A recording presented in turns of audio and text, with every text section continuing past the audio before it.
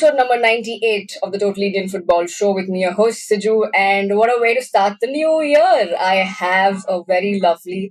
It gives me a pleasure, at times, and it's such an overjoy for me because when I can call a former player, a friend, and somebody who I can call, and just just chit chat here and there about football, about things otherwise, and then finally get them on the show and talk. It's an amazing feeling because somewhere there the fan in me is still there. So that's how it is going to be on this episode. We have two gentlemen joining us. One of them you will see for sure. He will join us a little late. But Big E, Erik Paartalu, is here in the house, guys, and he's making his debut on this very special podcast. Thank you so much, Erik Paartalu. We all know him. I don't need to introduce him, but just for formality's sake, a former player. He's played for the Australian team. He's played for the age categories for the national team as well. And of course, Bengaluru FC in the Indian Super League. He's also now the football pundit.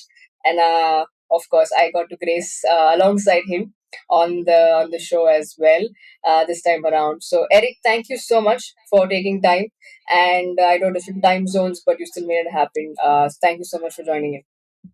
Thanks for having us. It's going to be fun. We've got a big week ahead of us leading up to the Asian Cup, and who would have thought Australia versus India in the same group? So it's a busy week for us all, and there's high hopes, isn't there, for India? Even though the coach is trying to play it down a little bit.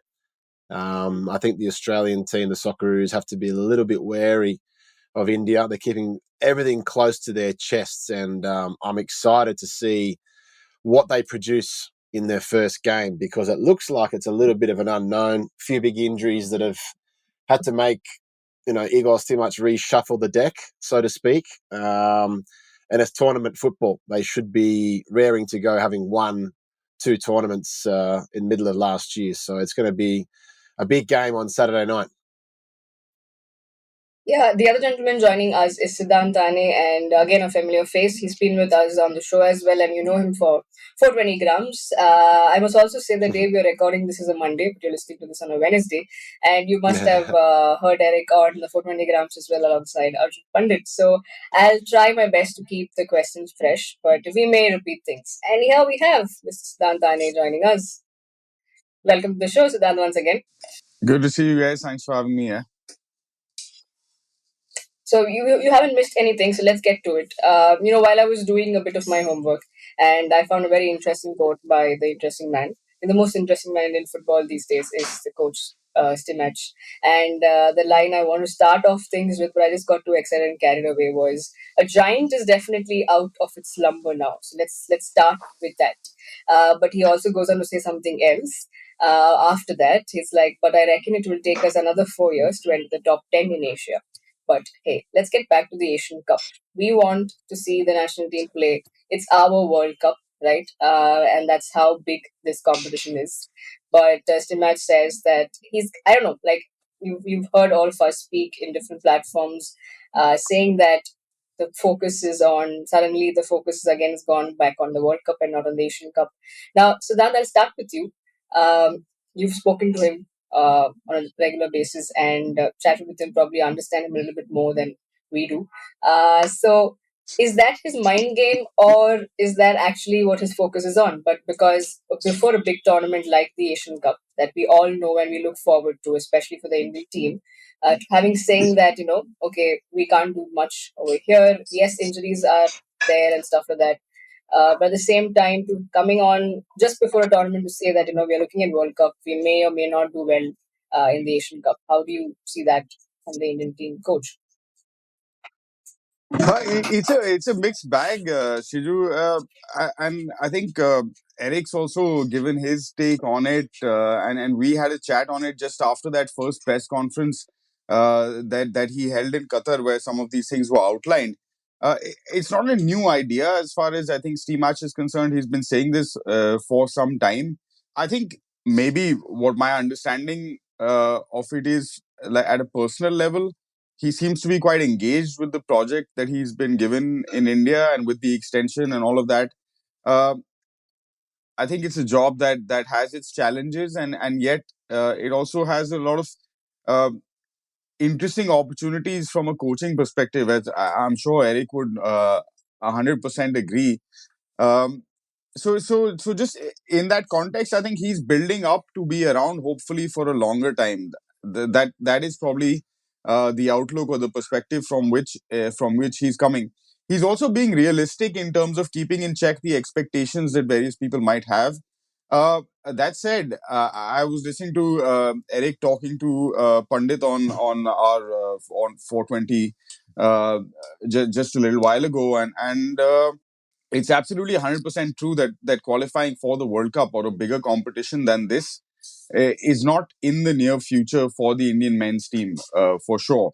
And so this is for sure the biggest competition that we'll play. Like you're saying, this is our World Cup, and for that to be anything less than 100% focus is a bit disconcerting. I think maybe the attempt of saying some of that was to take some of the pressure off the boys who will be facing these big teams, Australia, Uzbekistan in particular, and to give them the confidence to go out there and do a bit of the stuff they've been training at, to show how they've improved physically, and how the time that this team now, the core of this team has spent together, how the tactical work also that they've done, how they're able to put it into a competition format, to have a game plan and to at least do 100% to try and execute that game plan, and then be a little bit detached from the outcome.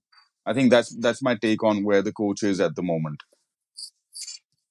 Great. I think you've spoken enough about this, so I wouldn't ask you the same things again. But now shifting the focus on the Australian side, right? It's a big game, and some of the players in the squad have played the World Cup, even the ones that recently, the last one that happened in Qatar as well. When going out against Argentina, the key player is the goalkeeper, if I'm not wrong, Matthew Ryan, one of the senior players. There's also news apparently that he's there in training, but he missed out on the friendly game, sustaining an injury from his club football. So, is there a confirmation on that will he actually play in the first game, or what is that? How does that look like? Yeah, look, it's. I think that the mail is that Matty Ryan will not play the first game, which is, well, it's good news for India, because he's the guy with the highest number of caps in the team. He's 86 now. We actually got our first cap at the same time, and yeah, he's gone on from strength to strength playing across Europe, and is really firmly the number one goalkeeper. The good thing for Australia is that that's probably our best position in terms of our production line. What's our best position to get players overseas? And it's in that goalkeeping position. And Joe Galchi played the other night, and he's playing regularly in the A-League for Adelaide United, and did very well against Bahrain the other night. Could have made a couple of errors, but he actually cleaned himself up with a couple of things he almost got wrong. So he looks as though he'll step in and play as the number one. Yeah, Matty Ryan had a fractured cheekbone 3 weeks ago. He had surgery, and the mail is he won't be risked for that first game. But yeah, looking at that lineup, there's still a couple of players that were in the World Cup, 12 months ago, and it was very happy hunting ground for us. Craig Goodwin scored that first goal against France in the first couple of minutes, and we all got excited, and we lost to France in the end. And then we went and got two more wins in that group and got us to the round of 16, and we met Argentina, and after that it was curtains. But I think Australia, they feel confident knowing that they're back in Qatar, familiar surroundings. They weren't hugely convincing the other night against Bahrain, but I think they have enough quality to get the job done in those key moments. There are only a couple of chances, really, and we buried them. So that's international football, something that India need to get right if they're going to get anything from their group. So then coming to you now, we saw the game against Qatar, right? We went to Kuwait, beat them, had a great team, a good football. Everyone's impressed by the performance, and then we had a lot of expectations against Qatar as well, having played at home. And then you see a sudden, for a man who said, I mean, I don't want to completely be negative about this, but someone who said, okay, World Cup qualification is also on the cards, and then having a home advantage or whatever advantage that is. Because Bhubaneswar was full, and we were all looking forward to at least maybe, yes, it's a tough game. But having seen the changes that he then brought in, starting from the keeper and everything that went about in that game. How do you now assess that, going into this big one against Australia? Because let's not underplay it. It is a big one. And like Eric mentioned, we still have players. Though Matt Ryan may be missing, there are still some players who've played the World Cup experience. That's a different ball game altogether. How do you see him, Stimash, now coming up with his 11? Or do you see some more of, his tactics that he's going to play? We can start from maybe the last bit, which is the 11. I think most of us will agree on the 11 who we would want to start at least the first game. Maybe we'll have a bit of back and forth on whether it should be Sunil leading the line in front, and maybe one or two, like based on, I suppose, subjective reading of the game, whether Rahul Bheke plays or maybe they try to mix it up a little bit if they play Akash on the left and maybe use Subhashish in the middle a little more. I don't know. But more or less, I think I think we can be fairly confident of the team that will come out and the shape with which they will at least face when they don't have the ball. Um, as far as the World Cup qualification bit is concerned, Siju, I think it has to be looked at in context. I think the idea is not that we will qualify for the World Cup, but that we need to make it through to the next round of the qualification process, which will then allow us or competitive fixtures against teams that are in that top tier in Asia, and that is vitally important for the more medium term growth of the national team. And I think that has to be kept in sort of in focus. It's not that we're going to go all the way and qualify. That's pretty much, I suppose, many of us will also be okay to write it down and say, as of now, that we're not going to the next World Cup. But the next round of matches definitely gives you competitive fixtures against a higher tier, which is something that we need on a regular basis for this team to grow in any way. So, and also then to consistently be reaching that stage, to consistently be qualifying for the Asian Cup, all these things should start to become givens as far as Indian football is concerned.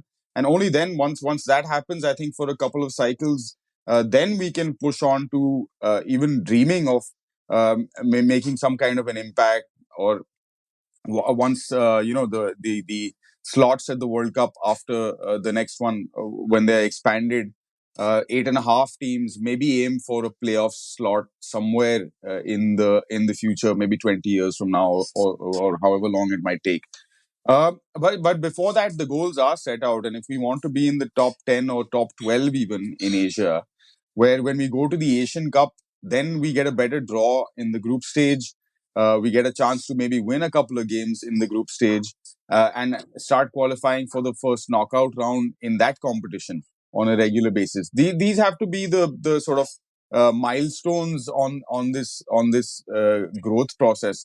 Um, I mean, many coaches have come and said that this is a sleeping giant and the sleeping giant is woken up and all of that.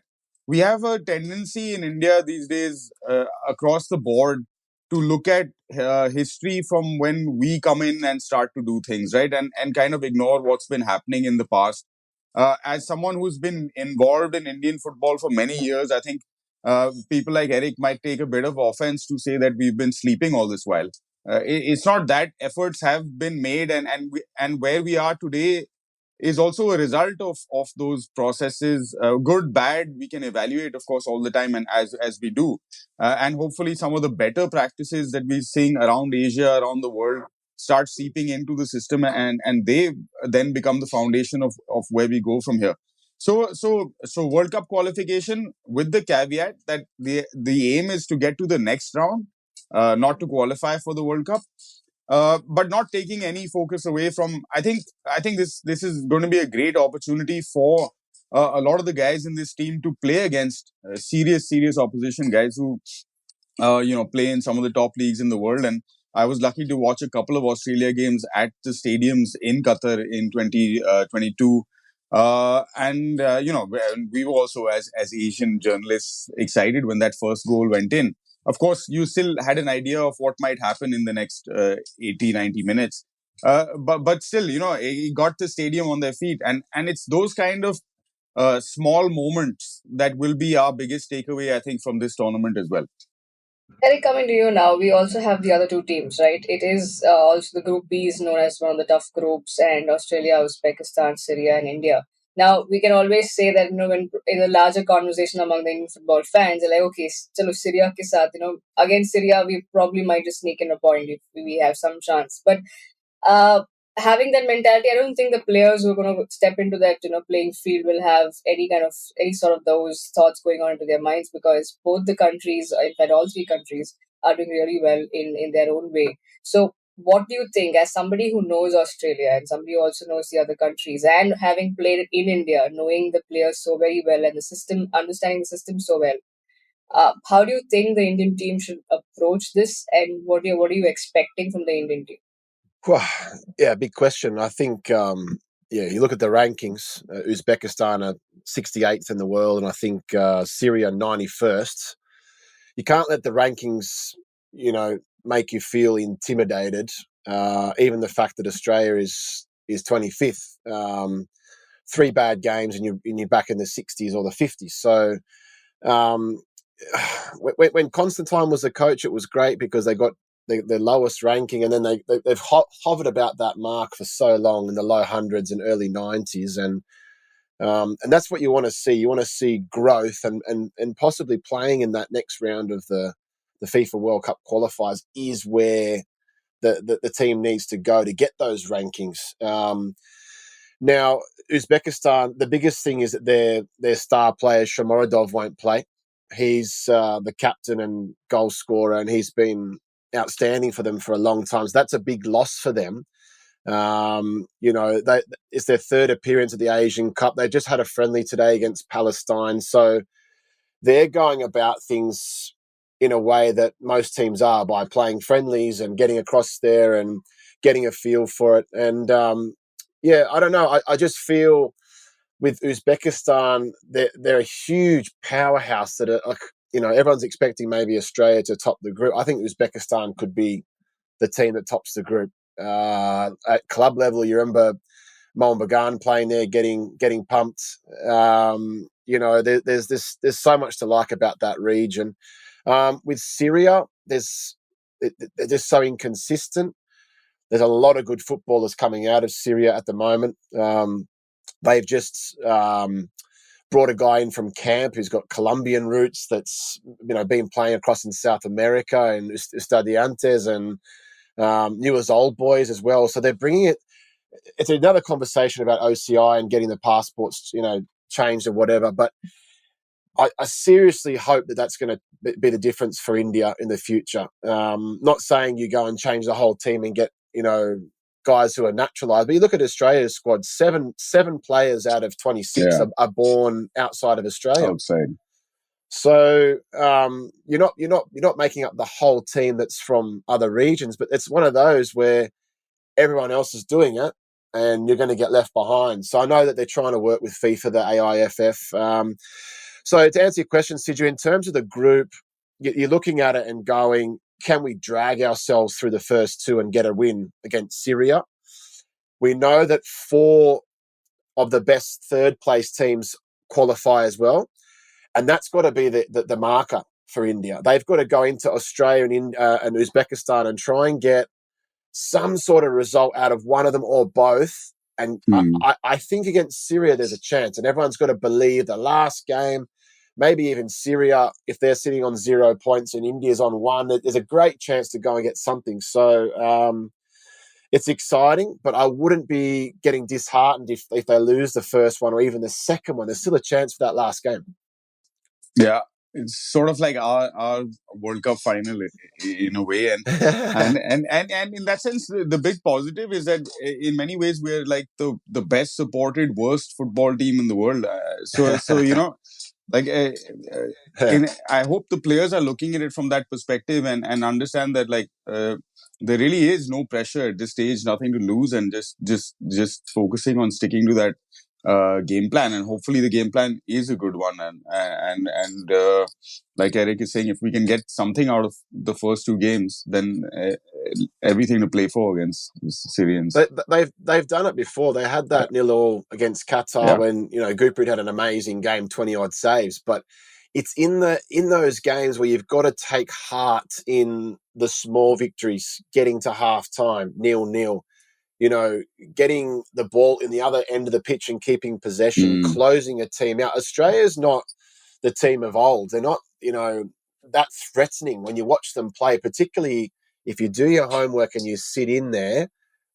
I don't want to play for a draw, but if India's serious about progressing, and that's the game plan, 2 draws and a win, or three draws could almost get you through. So that was my question mark, Siju, before I get to you. It's just kind of about the fixtures that they chose in 2023. And there was no one that was above India in the world ranking that they chose to play against, apart from Qatar. The games against Iraq I don't think really count. But the Qatar game was a World Cup qualifier. I would have loved to have seen Stimac gone. And this week, let's play 2 games against other opposition. Doesn't mean anything towards my managerial record. We'll play it behind closed doors, whatever it is. Try and get them and test them against really good opponents. Because don't forget, all these boys play in the ISL. So where's the exposure outside? Yeah. Siddhanth, you want to take that bit? How do you see that? Because there are other teams, like even we're talking about Australia, who's played a friendly, and even other teams in our group. Coach talking about not having enough time and all of those things. But do you think there could have still been enough time, probably, or by the time this episode comes out, do you still see a friendly game? I don't think so, because we're just a few days away from the kickoff. But how do you assess that aspect? Where Erik mentioned, I think he mentioned on the 420 grams as well. I think I don't think they're even trying to line up a friendly. What the coach told us when we spoke was that they will probably play just within the squad. That'll be the extent of the just maybe to work some things out and see who's fitting better into the system and who's feeling the best in the last few days. But the challenges, I guess, that a team like Australia and others have is like Erik has been pointing out. It's not that this team hasn't spent time together; they've spent quite a bit of time together. So the other teams need to play games to get their cohesion and their movement and their communication sort of a little bit sorted out before a big competition like this. I think for India, maybe the work is a little more at a basic level. You have to make sure that everyone, when they get back, are at speed. That your physical aspects are all taken care of and sorted, because that's the foundation of whatever you're going to try and do. Particularly if you're going to be defending for 180 minutes, like switched on. So the focus is a little bit different, and there is a bit of fear, I guess, because of injuries that have popped up. And I don't know, maybe Erik can tell us a bit more about this, about whether that injury aspect and even now there are some gaps in the care that the players are receiving that is leading us to, because we're playing much lower intensity seasons than most people around the world, and yet we are as dogged by the same kind of injuries that everyone else is going through. Well, you look at Anwar Ali and Sahal, both involved in AFC Cup campaigns, playing in Asia. Just the workload went up a little bit for these guys, and the scheduling. When you look back on it, we're probably going to look at it and go, it actually would have been better not to break for the international breaks, because there were so many breaks for those teams playing for Mumbai, Odisha, and Mohanbagan. They had so many breaks, and then all of a sudden so many games, and somewhere along the line that throws you out of whack when you've been playing as a player in the ISL for many years and you're playing once a week for 6 months, and in the off season, if you're a national team player, you go into camp. I know that Anwar Ali was a bit of a contact injury, maybe the same with Sahal with the tackle that Jahul put him on. But I would think that's why Stimac has not decided to have a friendly match, because if you lose one more key player, because Jeekson and Anwar Ali are massive losses because there's such big presences as well. But if you're going to go and train the boys in the Middle East for 12, 13 days before the first game, you're always at risk. Yeah. So are you telling me that in the friendly game that Vikram's not going to be going to try and smash Sunil Chetri to get a place in the team? I would be. So for sure. there's always that. Yeah. I don't know what the exact limitations are for Stimac and the squad. I agree. You want to get there with everybody fit and available.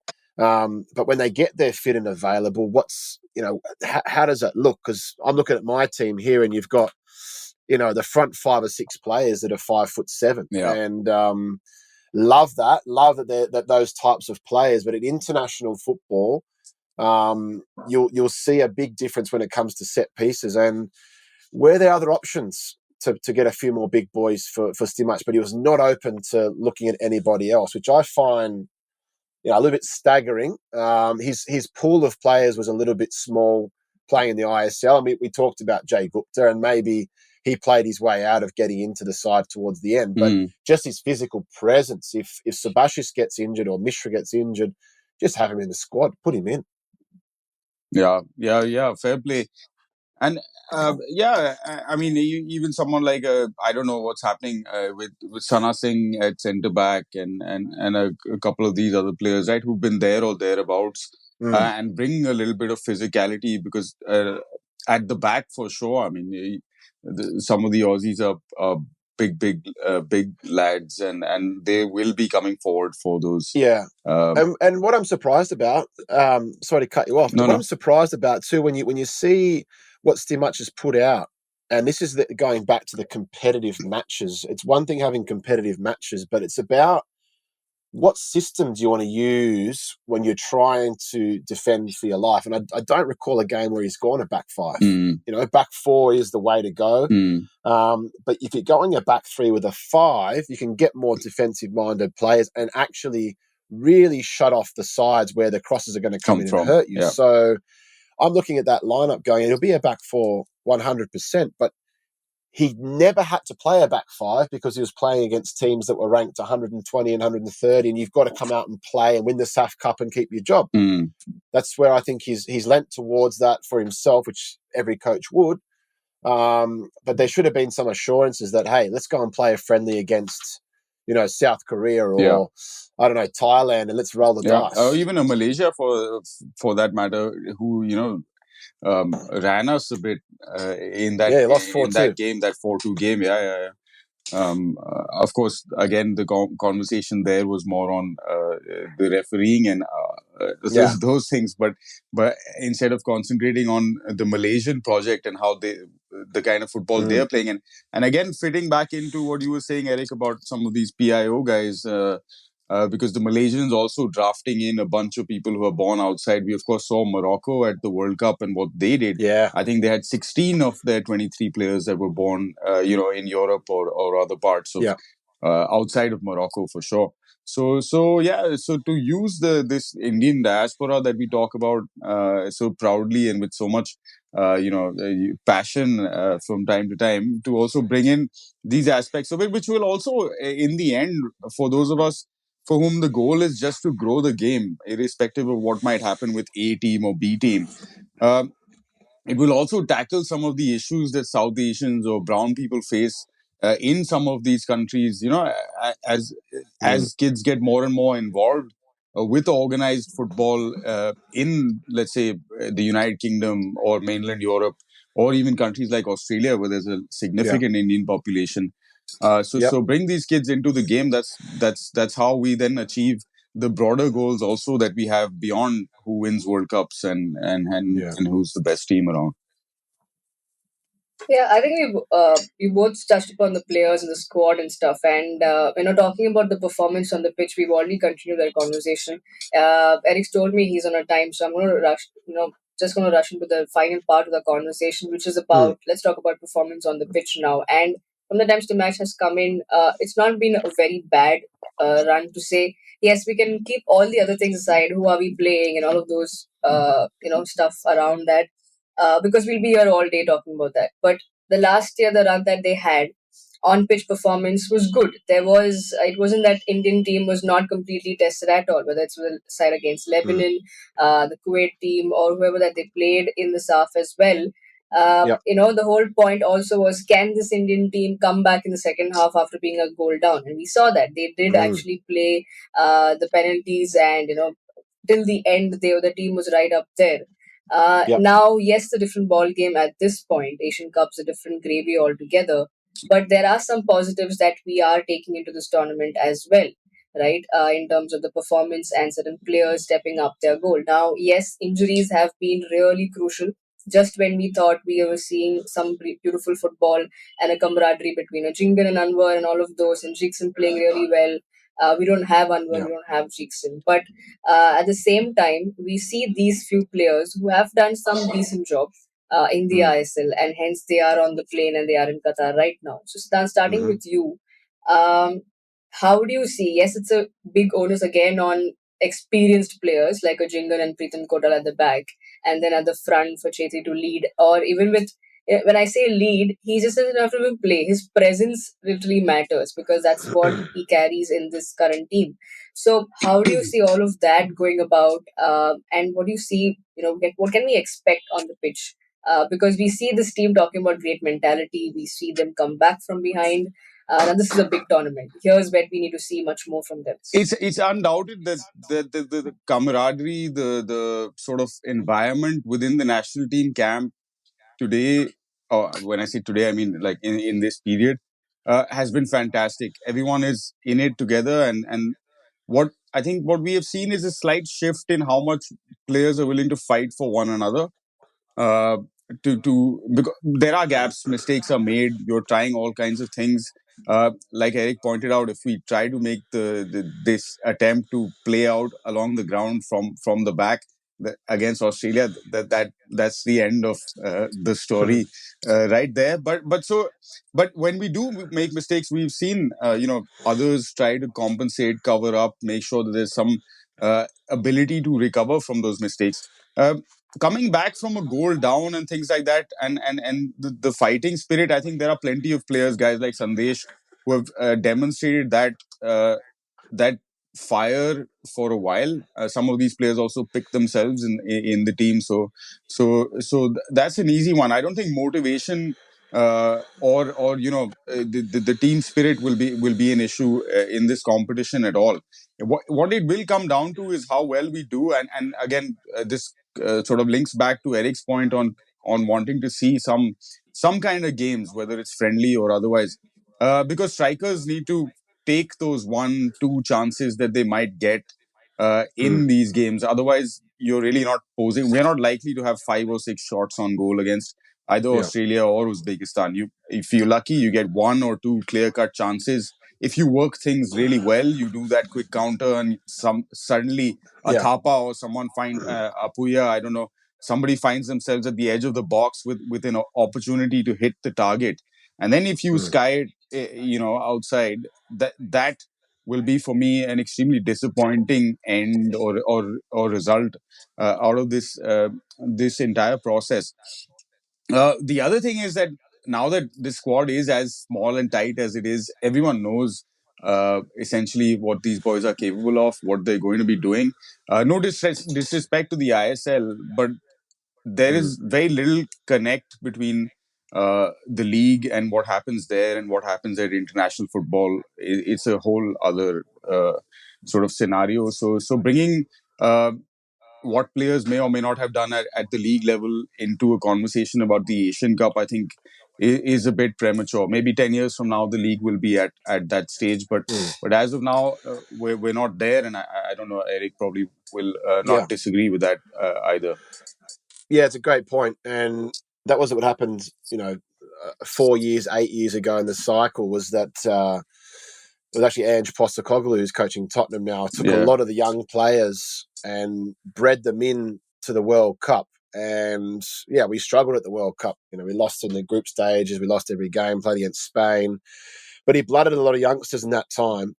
And when you get shown on the world stage, they got moves all around Europe. And most of those players have maybe stopped playing by now, but the pattern remained And a lot of players are getting selected from the A-League at a certain point in time, which is what the ISL, all the players are from the ISL. Now, out of this squad, only 4 players have come from the A-League. Two goalkeepers. It's going to be number 2, number 3 goalkeeper. A 36-year-old naturalised Uruguayan who's scoring goals for fun. And he chose him over the best Australian striker who's playing at Melbourne City, who's on the same amount of goals as him, scored a hat-trick against Bangladesh in the last World Cup window, didn't pick him. And the other one is a left-back, Aziz Bayic, who's been playing, he's played 50 or 60 caps for Australia. Very solid, need him in the squad. So now we've got away from this this idea of picking just the A-League because we've got 30 games plus the Cup. Yeah. And exactly what you're saying, to try and get that growth in the Indian Super League, huge disconnect because, one is always stopping for the international breaks, and 2, getting more fixtures and understanding the climate in which the national team coach wants. And he talks about time. All the players are basically playing at Mohan anyway. So they're all playing in the 11 there. And if you want to, they may as well sign the whole team. But I think where India's concerned, they at least, like technically and tactically, they have only got one job, and that's to be in camp, taking all the information around them. Sunil Chetri won't let these boys take a backward step. They'll have that mentality, and the arrogance is what you're saying. You want to see arrogance and fighting for each other. Referee, get onto him.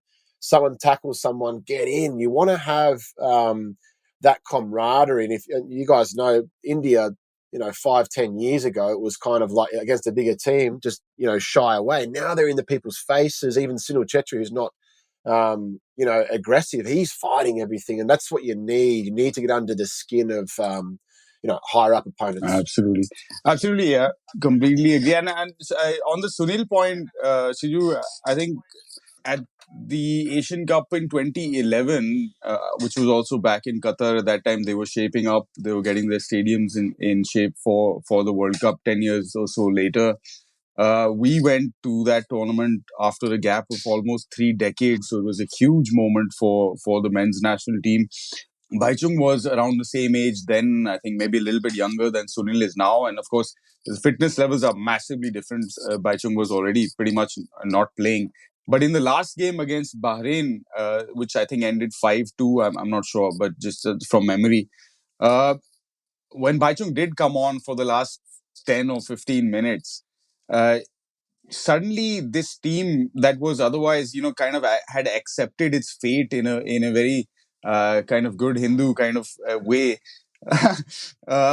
suddenly was energized, electrified, and were like up in Bahrain's business, and and the stadium woke up because again it was Qatar, so there are a massive number of Indians in the ground, and suddenly you were kind of like, this is what it's all about, and Sunil will play not just Sunil but at both ends, Sunil at one end and Gurpreet at the other. You can't forget that Gurpreet has now been in the national team for like 4 Asian Cup cycles from the time he was a 16-year-old. So he needs to really show up at this tournament, and in fact, if nothing else, like Erik was saying, that how the World Cup has been a platform for a lot of Aussie boys, not just boys but boys and girls, to go out into Europe and play football there professionally.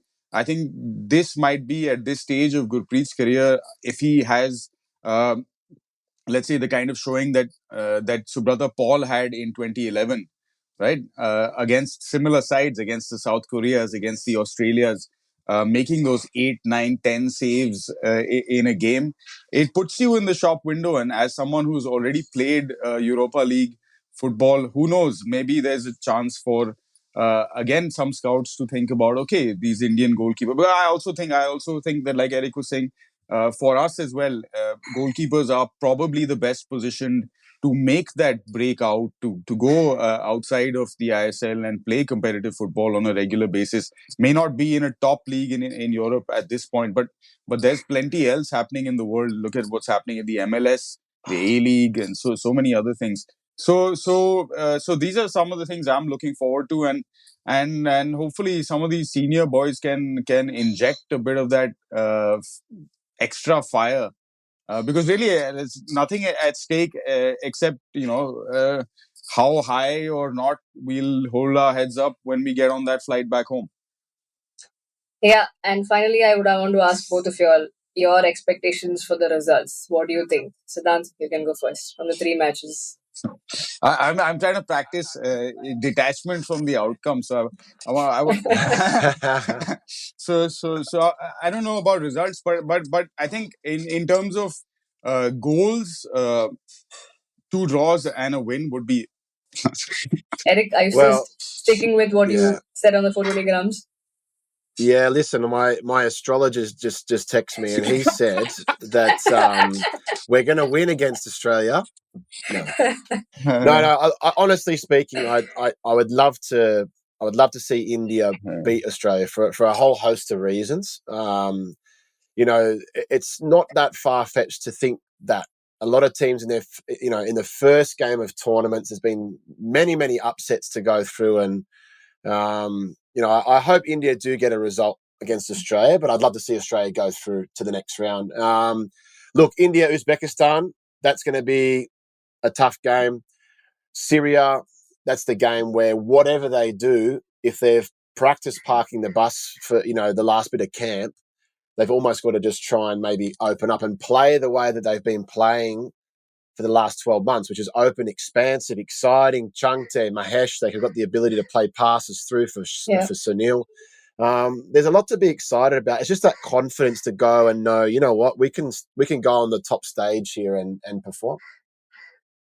Great. I think we've spoken enough, and everyone's spoken and everyone said their bits. There have been some fancy quotes out there, like a giant is definitely out of its slumber now, or the sleeping giant is no more sleeping.